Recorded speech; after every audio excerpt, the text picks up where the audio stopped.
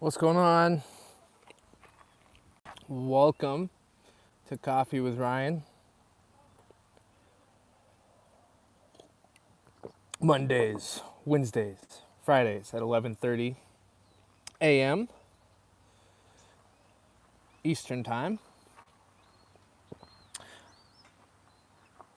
Today is a little bit more of an open topic like it was on Friday.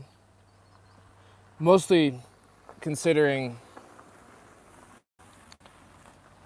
self-understanding and how to know thyself, know ourselves. It's amazing. You'd think it'd be the simplest thing in the world to understand yourself, right? Because you are you. You should be able to understand you. And ironically, sometimes self-understanding is one of the most complicated issues that we have to face, is understanding who we really are, how we work, what motivates us, what upsets us, what are our limitations. These are all things that a lot of people don't know about themselves, that I'm still discovering about myself. Why do you think that is? Why do you think it is that the process of self-discovery is so charged with unknown territory? Why are we strangers to ourselves sometimes? And yeah, I know that there's a lot of areas that we know about ourselves, that we do know ourselves. And a lot of times it's a process of self-discovery. And the term self-discovery implies that there is something about you that you don't know. That's interesting to me. Why is that? Now, to Carl Jung, it's because of the unconscious, the personal unconscious and the collective unconscious. We are made up of forces we don't understand. In Jungian terms, that's the unconscious. Let's see, who's here? What's going on, everybody? Today I'm out here at the trailhead. This is, I wanted to give you a little peek behind the scenes of my life. This is where I run a lot.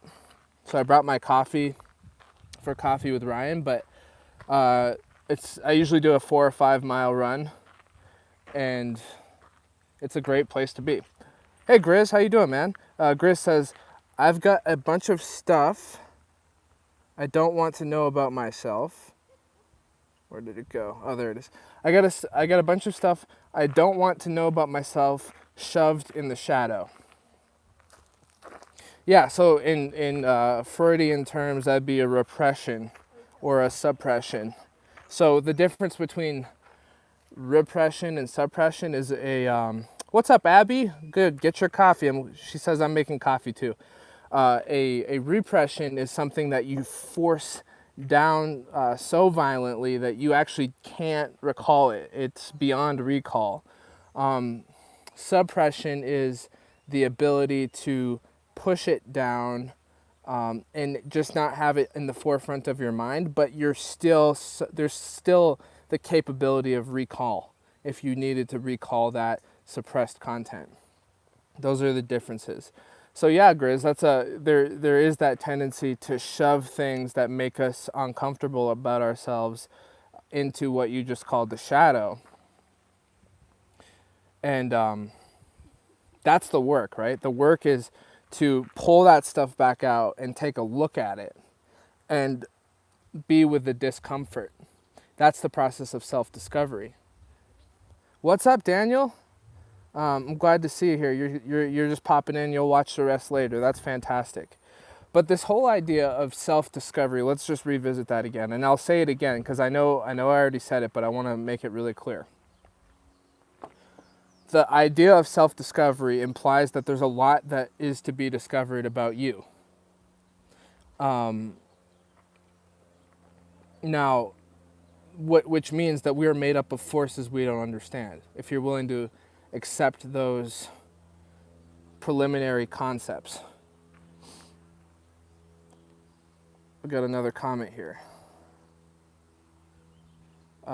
Abby says, trauma is repressed against your will. Yeah, so in this situation, when you say that, it depends on what you mean by you, right? If you is the conscious sense of narrativity that you carry around and call your ego, then yes, trauma is repressed against your will. But in my view, also, you're also made up of the forces that made the automatic choice, the reaction to repress it, right? So if something really traumatizing happens, the body, the mind, the psyche is going to respond to that trauma in a way to manage it, whether it's conscious or automatic, right? So it's not that it's against all parts of us, it's just against the ego's understanding of itself, if you will. And Abby says true. So what do y'all think about this whole idea of self-discovery? And what have you been learning about yourselves, if you don't mind sharing, as you've gone through that process? I'll share some things I've learned about myself, because it's been years and years of doing this work in psychology and in my mentoring with Dr. Strachan and studying all these meditation, 12-step programs, all these different projects I've done. I'll tell you a few things, but shout out some of the things that you've discovered about yourself or that you're still curious about yourself. Here's one thing. I have a tendency to push myself past the threshold into a volatile emotional state. So sometimes I think I am doing great, but I'm unaware that I've actually passed the threshold emotionally and physically to the point where I'm no longer, well, one of the terms you could use is self-care, although that's kind of it's not the best word for it. I'm no longer paying close enough attention to what my needs are. And so it comes out in an explosive emotional outburst. That's one thing I've discovered about myself. So part of the work on that is to pay close attention to myself, to notice when I'm starting to go past that threshold and take care of myself at that point. What does it mean to take care of yourself? Because a lot of people have a mixed connotation of self-care, right? Like self-care to some people is turning on Netflix and, basically avoiding responsibilities. To me, self-care isn't necessarily defined by avoidance of responsibility. To me, self-care means paying close attention, like Peterson says in his rules, 12 rules for life, treating yourself like you're a friend. If you saw your friend starting to wear themselves down, how would you respond to them in that moment? What would you offer them? How would you help them so that they can recover, so that they can be more useful, or take their life into areas of deeper connection or more productivity or whatever it is that's best for them? So that's one thing I've discovered about myself. What about you all? Give me some, if you want to, give me some things that you've learned about you that have helped you in a process of self-discovery. It doesn't have to be super deep. It doesn't have to be super vulnerable or anything like that. It could be very simple. The other thing I'll say is I'll share another thing about this process, and that is that there's three major components of my personality when it starts to get too toxic, okay? And those three components are depression,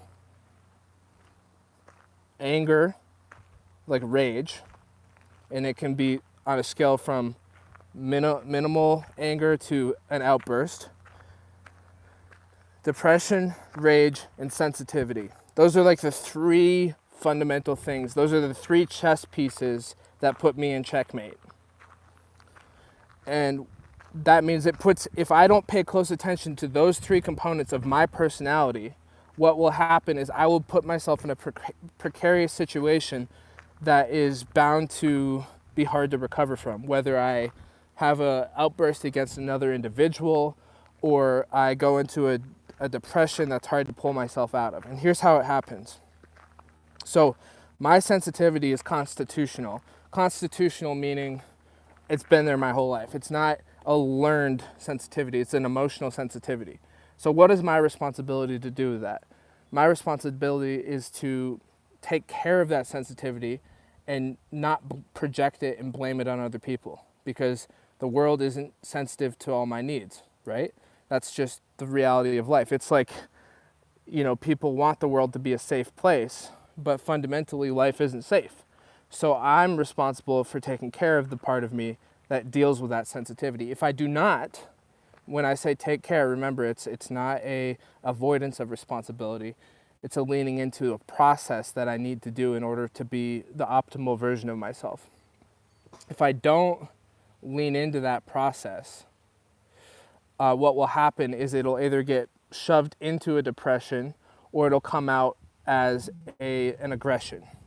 And so in high school, for example, what would happen because of my history with alcoholism is I would be not tending to the fact of my sensitivity. It would all build up, and then I would have an emotional outburst, a fight, an argument with my father, things like that. And then the consequences of that outburst was a depletion of energy and a deep depression. Or it would go the other way around, where I would fall into a deep depression, and then because I'm not really paying close attention to my process, I then have an outburst. So those are the three chess pieces that put me in checkmate. And that's what I'm always aware of. So when I notice my sensitivity getting high, I don't say, oh, that must mean that I need to avoid all my responsibilities. I need to sleep all day. I need to watch 10 Netflix episodes or what, because that, to me, self-care is a process that you're doing. It's not a passive, that's relaxing. That's zoning out. There's a time and a place for relaxing and zoning out and laziness or whatever you want to call it. But what I'm talking about is whether you're doing a therapeutic technique where you work through that issue, whether you do journaling, whether you do meditation, that's process. That's self-care to me, is taking clean mental and spiritual hygiene, taking that care of that stuff, talking to somebody about it, calling a friend, talking to a psychologist. There's all sorts of different tools that we can use in order to vent some of these issues that we're having. If we don't do that, it's going to get toxic. That's been my experience, at least. Grizz says, I let fear of failure and of success keep me from trying way too much. Yeah, that's an interesting double bind, because the fear of failure is really self-explanatory. But then when you start looking at the fear of success, it's like, that's way more common than you'd think. What is that poem? I forget who it's by. Mary Oliver, I think. Your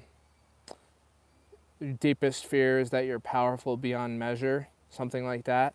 But that can be true for a lot of people. What would happen if I let all the dead wood burn off, as Peterson said, and I became the most complete, robust version of myself? One of the reasons it's scary is because a lot of parts of me would have to transform, and old habits and patterns would have to die. And dying is scary. It's a death and rebirth process, archetypally speaking. So a lot of times for me and for other people, the fear of, what's up, internet Sato? Welcome. Yeah, coffee. This is what we do here, coffee and chat. A lot of times the fear of success is based in the fear of letting go of some of our attachments to certain habits or ways of viewing the world. Because death is scary no matter what. Even the death of a addiction or the death of a depression, which you think would be a good thing, letting go of something like that, can be extremely scary because we are so tied up in identifying with those things. Those of us who deal with self-sabotage will understand this. People get addicted to their own pain cycles. They get addicted to the sense of morbid reflection and deep self-criticism.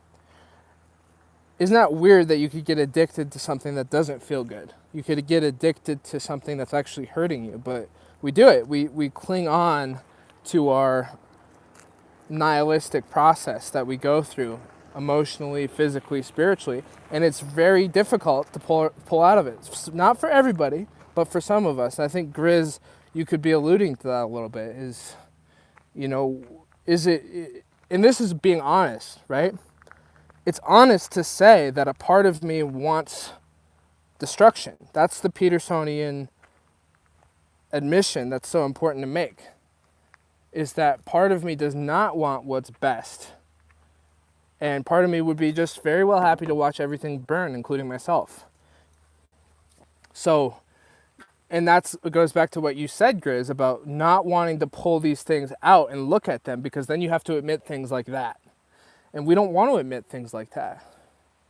It's very uncomfortable. But that's the basis of transformation.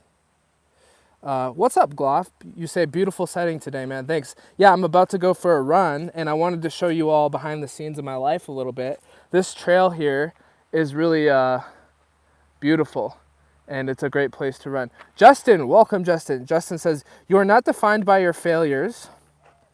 Let's see if I can get this. You are the person who learned from those experiences. Absolutely. That's a beautiful line right there, because I think I said this in a podcast last week. One of my favorite quotes: the only failure is the failure to learn. That's a quote from a Native American Apache shaman. His name was Stalking Wolf. He's a historical figure. Only failure is the failure to learn. I like that quote a lot. All right, we got another comment here. This is a fun stream. It's because, Abby says, it's because the grooves in our mind are so dug down and used to the same path of thought. Sorry, these chats fade away after a second on my phone. The same path of thought. The neurons are hooked into a neural net that wants to survive. It thinks it's helping you survive. Yeah, that's really well put. Thanks for bringing in the neuroscience aspect of it. Those neural pathways that get so strong, they want to continue going down the path of least resistance, right? They want to. It's like water flowing downhill. It wants to flow down the easiest place it can go. So gravity is going to push it to the low point. And in our brains, the low point, metaphorically speaking, is the point of least resistance, which is where we can really move energy with the force of that river, right? And so to create a new habit is basically you're digging a new trench for water to flow down, for neurons to flow down. Now, one of my mentors says, and Grizz actually alluded to this the other day, changing a neural pathway that's very strong is akin to carving a new path down the Grand Canyon. If you have a very old pathway that is designed for self-criticism, for self-doubt, for shame, for all these things, to change that neural pathway, right, to build a new one and let the old one atrophy, so to speak, or start to wear down a bit, it takes consistent conscious effort, like digging a new trench down the Grand Canyon. Now, the good news is it's not quite that daunting, right? Like a human being trying to create a new path down the Grand Canyon. Because you have the ability, well, I call it, you can water bend, right? You can move the water, to use like a magical analogy. You can move the water with the effort of your conscious, mindful attention towards a new path, which is going to carve it out over time. So what does that mean? That means we need rituals. We need things that we can do on a daily basis that are designed to move us towards our new goals. So if you've ever done the future authoring program, there's a lot of writing that goes into that. Very specific. It gets to how are you going to implement this into your life? What are you going to do on a daily basis? It gets what's standing in your way. It's very pragmatic. And if you ever get the chance to do the future authoring program, you'll see that it's helping you carve that new divide down the Grand Canyon. And it's done through incremental progress, one step at a time, one little victory at a time. You can't fight the whole war at once. That's not a good way of thinking of it. All right, here we go. A couple more here.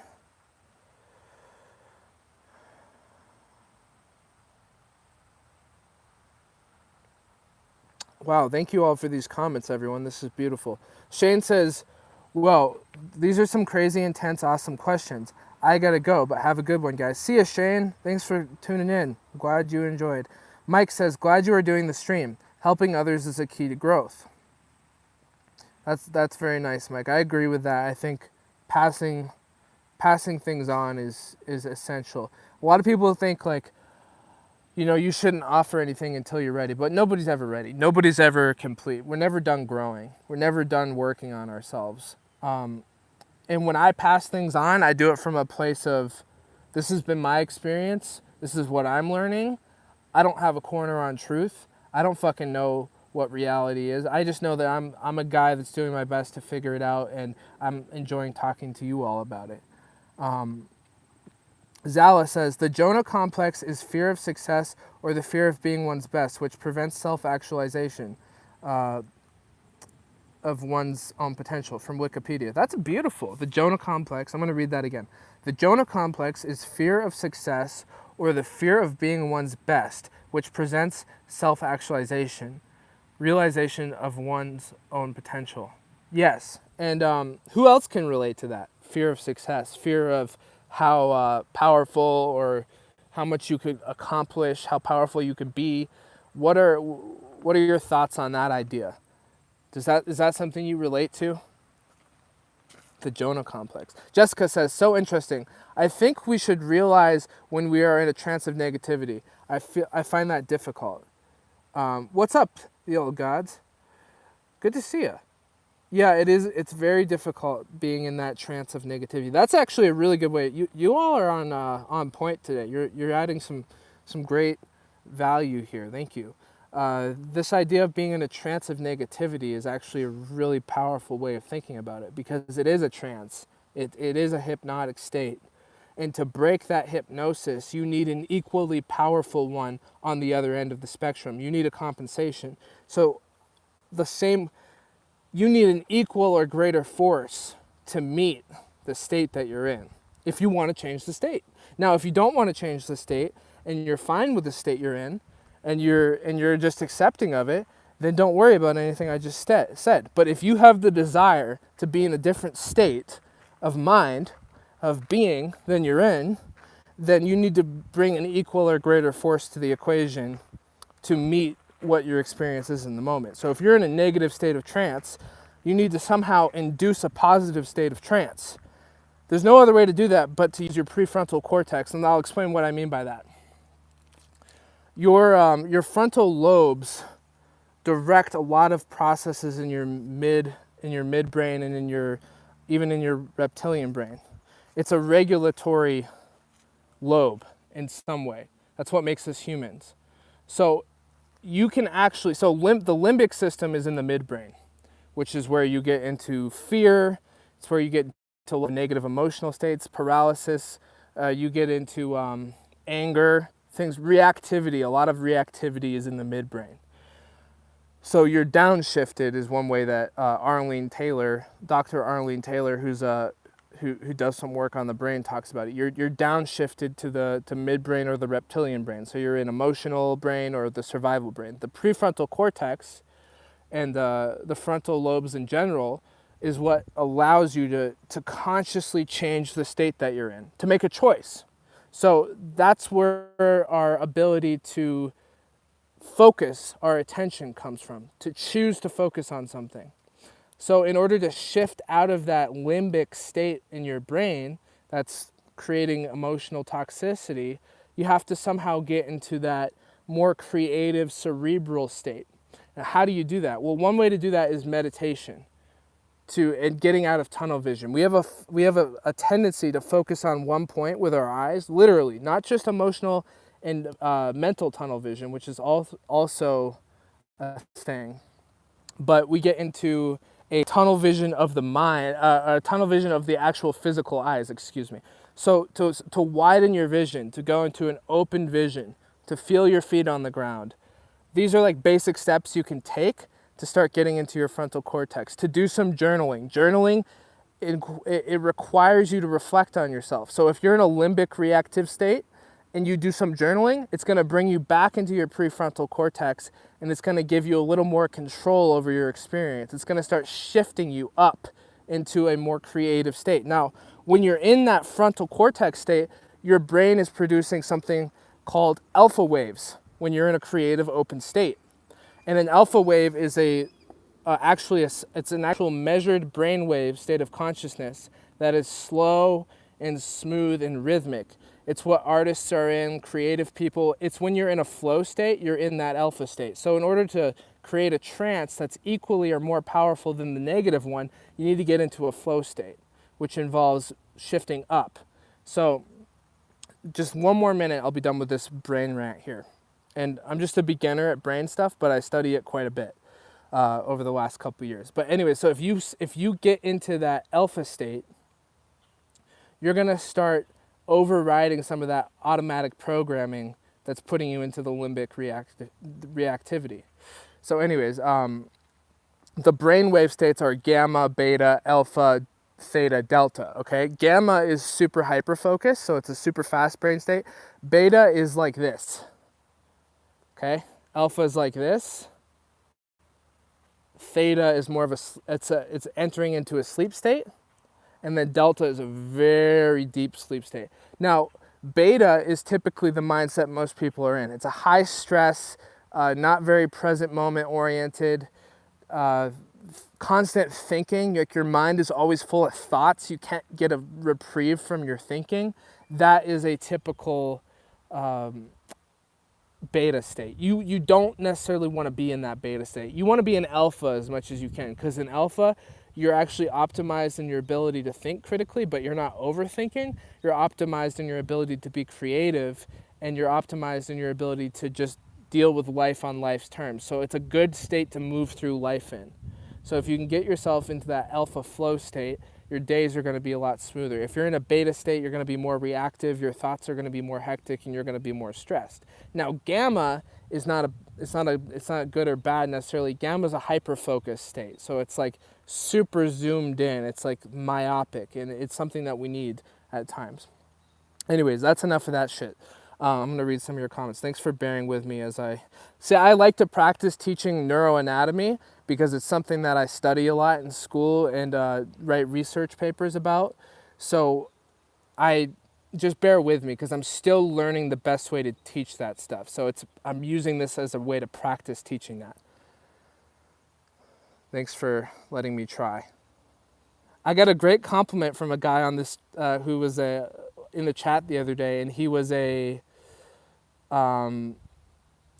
molecular geneticist, and I like literally shit my pants because I don't think I deserved the compliment. He was like, "Dude, you're explaining the brain science stuff really, the genetics and the brain science stuff really well." He said, "Great job. This is exactly what I learned in school." And he was like a PhD in molecular genetics, and it made me feel really good. But I knew at the same time, I was like, man, I must have fooled him or something because I don't feel like I'm that good. I must have had a couple good one-liners that made him think that I was more sophisticated with neuroanatomy than I am. I mean, I've got a basic understanding and I'm still more than most people, but man, there's a fucking rabbit hole to understand neuroanatomy. Like, it's like years and years and years and years of study to get it. So I would say I was humbled by the compliment because I didn't feel like I quite deserved it. Gloff says, is there anything more primal than the reptilian brain? Well, no, like the insect brain. No, it's like the three, so your reptilian brain's back here, like your brain stem, and then your midbrain, and then your human, your human / chimp brain. So no, there's nothing underneath that besides your spinal cord. So I guess you could technically call a vertebrae like an insect / reptilian phenomena, but it's not characterized as such. Let's see here. Chris, welcome. I missed a couple comments. Grizz says, sometimes you have to be swallowed by a whale before you get the motivation to get your shit together. Absolutely, Grizz, and that's just the damn truth. People have to hit rock bottom, including me, in order to actually be motivated to start moving our way up. Gloff says, float tanks increase alpha waves. I missed the float tank job. Yeah, that's right. You used to work at a float center. Yeah, float tanks are fucking fantastic. If you can ever get yourself in a float tank, I highly recommend it. So Yeah, it does. It's a bit pricey, but it's worth it. I would say it's equal or more beneficial than getting a massage, you know. And I think it's actually mentally, like, for your mind, to train your mind, it's a great tool. And Gloff says maybe it was theta waves in the float tank. I would be surprised if you were hitting theta waves in the. They say that to really reach a theta state while you're awake, you have to be like a super advanced meditator, like a Buddhist monk, or some sort of developed shamanic practitioner. The reason for that is because they've trained themselves to be in such a deep brain state and stay awake at the same time. We typically don't get as deep as theta until we're in our dreams, but it's possible. It's very possible that you could reach a theta state. It's just unlikely for most human beings to reach that state unless they're very well practiced in meditation while they're awake. Jessica says, thank you a lot. This was so interesting. I took a lot from this. Oh, that's awesome, Jessica. Well, welcome. This is Sorting Myself Out. I don't remember seeing you in this chat. So we do these live streams. I do this 3 times a week, Mondays, Wednesdays, and Fridays at 11:30 a.m. Eastern time. And we have other stuff on this channel as well, just meaningful self-development, self-understanding content, stuff like that. We're so glad you're here, so thanks for joining. Adela Darling says, a premature baby has to pass S test before they go home. Eat, breathe, and swallow before they do this by creating new pathways. Wow, I didn't actually know that. That's fascinating. Thanks for sharing that. Gloff says, take pride in the compliment, dude. Horse Mumbler says, you can't because insects are invertebrates. Yeah, that's right. Yeah, that's absolutely right. And Gloff says, the imposter effect is real. Yeah, I know. That's a good point. See, Longstone, I almost said the old way. Longstone says, Nothi Sutin.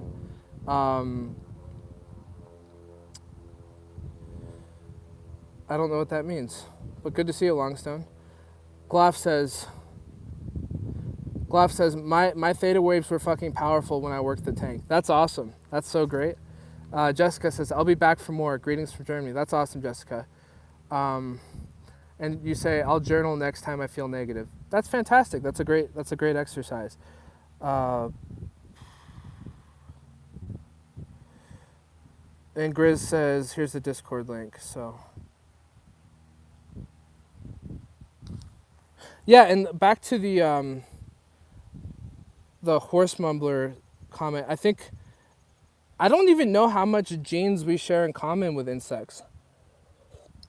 Because you're right, because since they obviously are invertebrates, which was a good catch there. It's a stupid thing for me not to have said. But what do you think? Like, is there any data online, everybody, of the genetic similarity between humans and insects? I can't look it up on my phone while I'm streaming. That's something I'm curious about. Because I know that we share 96% with baboons and 98% with chimps.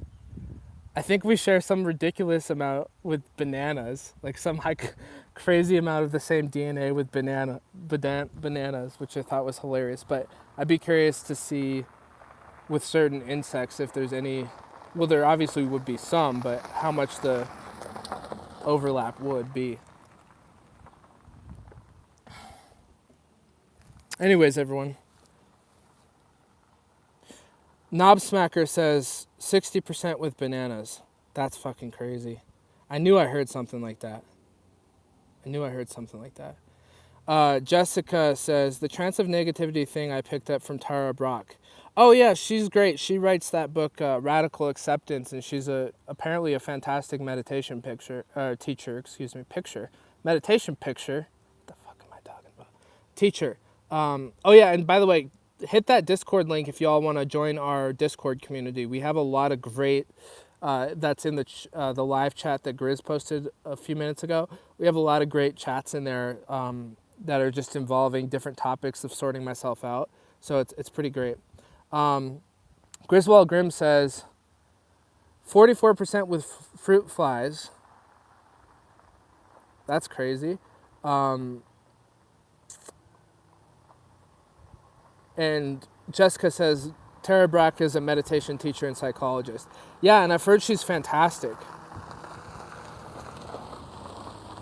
Knobsmacker says, more than 50% DNA shared with insects. Thomas Welch said, most of that is housekeeping dreams. Well, that makes sense to me, because if we share 60% with bananas, then we better be sharing at least 50 with insects.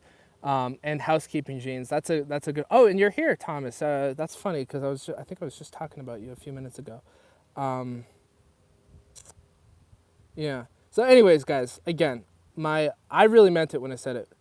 My neuroanatomy is just basic, but it's I've bridged it to human transformation in psychology. I would say that's where I if there was anything I could call a potential area of expertise, it would be as it applies to consciousness and transformation as human beings. But shit, man, it's just it's hard studying that stuff. I sometimes have a hard time balancing it with the more conceptual psychology, because a lot of psychology is philosophical. It's social science, it's soft science and philosophical inquiry. And yeah, so sometimes balancing that study into the more soft end of it to the hard science end it's like juggling. And I'm having a little bit of a hard time with that balance at times, because I get sucked into myopic vision. So when I'm studying the more scientific side of it, like the hard science, I get super focused on that. And then when I go back into the softer science part of it, I get super focused on that. I think that's okay. It just feels a little abrupt in the shifting to me. Oh, man. Anyways, anything else before I head off, everyone? Thanks for joining this stream. I gotta hit the trail. I gotta run. I think I'll do like a 4 or 5 mile run. And then I've got a lot of other stuff to take care of this afternoon and late morning. If you all want to join us for more of these streams, again, 3 times a week, and Mondays, Wednesdays, and Fridays, and I think we've really been enjoying them, and it's been wonderful to be chatting with all of you. Jessica says, what do you think about prayer?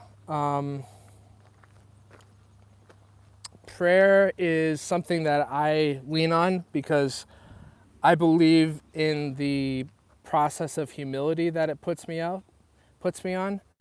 And I also believe in reaching out to something greater than myself, even if it's just psychologically. I think that's a good state of mind to be in, to be trying to be in service to something greater, or a connection, whether it's just the universe as such, or whether it's a actual spirit of greater being. I don't I don't think it matters so much, because it's the attitude of prayer that's what's so powerful to me. The attitude of prayer is so important. The attitude of humility, of I don't fucking know what to do, please guide me or show me the way. I think that's just such a impactful statement and an impactful attitude to have. Now, I pray as if, like Peterson says, I act as if God exists. I pray as if I'm praying to God or to some sort of creator. And I'll go even further to say that I have a belief that the universe is intelligent. Now, when I say intelligent, you could say, what do you mean the universe is intelligent? Like what is the definition of intelligence in that way? But to me, I just believe that things are listening, whether it's molecules and like on a deep molecular level, things are responding to my energy, which this is where it gets kind of new age, right? It gets a little new age, and it gets a little rocky when I start saying stuff like this as far as the way to validate those beliefs. But I do believe that there is some sort of pattern of being, and that everything's connected, and that what we think and what we do and how we act matters. That's what I believe. And I don't know how the hell that works. That's just what I believe. And yeah, sure, maybe I could be wrong, but I feel that connection in my life. I feel that power in my life. When I pray, I feel something. When I reach out to something greater than myself, I feel a response. And that's what matters to me. And yeah. Jessica says, do I think prayer changes the mind? Yeah, absolutely. I mean, like I said, I think the attitude of prayer is extremely impactful. I think that prayer and meditation combined is an attitude that changes the mind. So if you meditate, meditation is a way of learning how to be with what is, just to simply abide. Now there's visualizations and different types of meditation, but I'm talking about the type of meditation where you're just being with what is. Now that's one form of self-inquiry and self-exploration where you just simply be in the present moment. You do a breathing technique and you just keep coming back to the now. There's a lot of different ways to do that. Prayer is a way of attempting to interact with what is.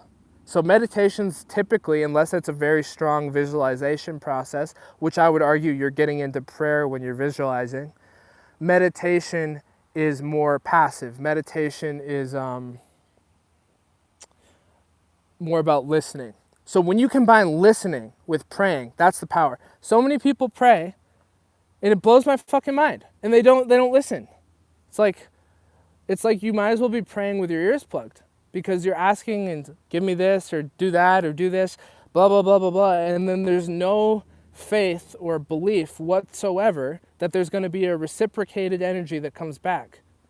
And even if it's an imaginal Jungian archetypal state of mind where it's not necessarily, like Immanuel Kant said, we don't really know what's out there. We can't understand the thing of it in itself. You know, the Kantian distinction is what we know is that we're having an experience. Phenomenologically speaking, we can observe that experience, and that's all we can know to really, really, truly exist, because that's all we have perceptive control over, right? We don't really know what's out there.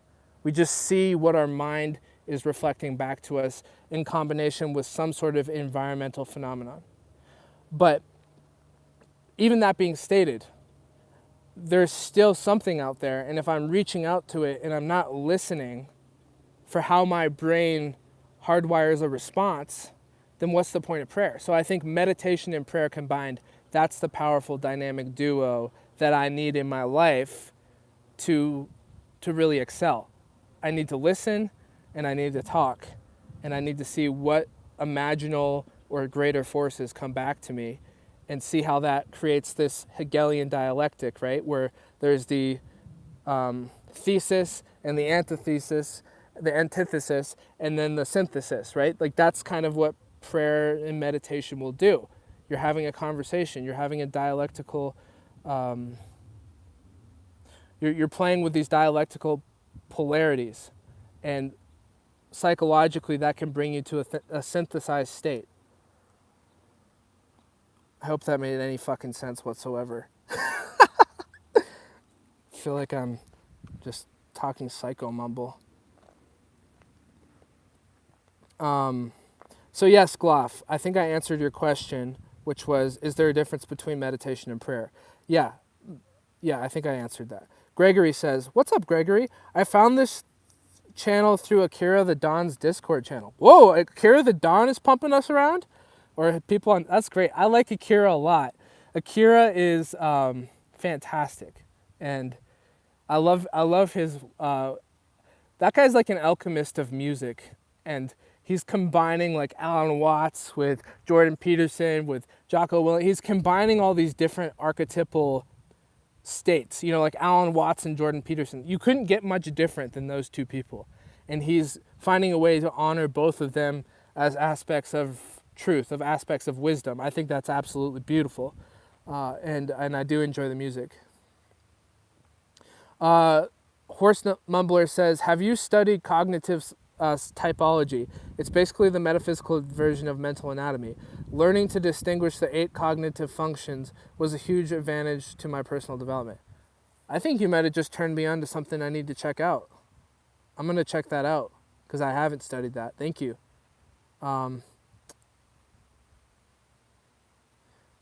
Adela Darling says, prayer doesn't work if you don't mean it. Absolutely. And Jessica says, prayer and meditation combined changes the mind. Fantastic. Yeah, absolutely. Okay, everybody. And then Gregory says, I want to amalgamate the stories that Dr. J talks about that bring him to tears. That would be that's a Dr. Jordan Peterson. I'm assuming you're talking about. That's a great idea. I think that's that would be a cool video to make, like a video editing of when he's in that really sentimental, tearful mood. I really gotta go, but I'm having so much fun. But I have to go, and you all are so gracious and kind, and thank you for being patient with me and allowing me to think through some of these things. And yeah, I wish you all the best for the rest of the day. And I'll be back on Wednesday at 11:30 a.m. And then check out our other videos if you're interested. We do video presentations, vlogs, interviews with experts. Go check out our playlists. If you check out the playlists on our channel, you'll see all the different types of podcasts and video projects that we've been doing. And yeah, thank you for tuning in. Sending you all my love. Okay.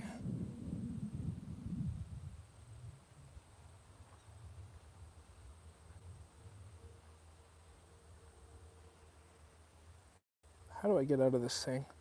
Sorry, guys. All right, here we go. See ya.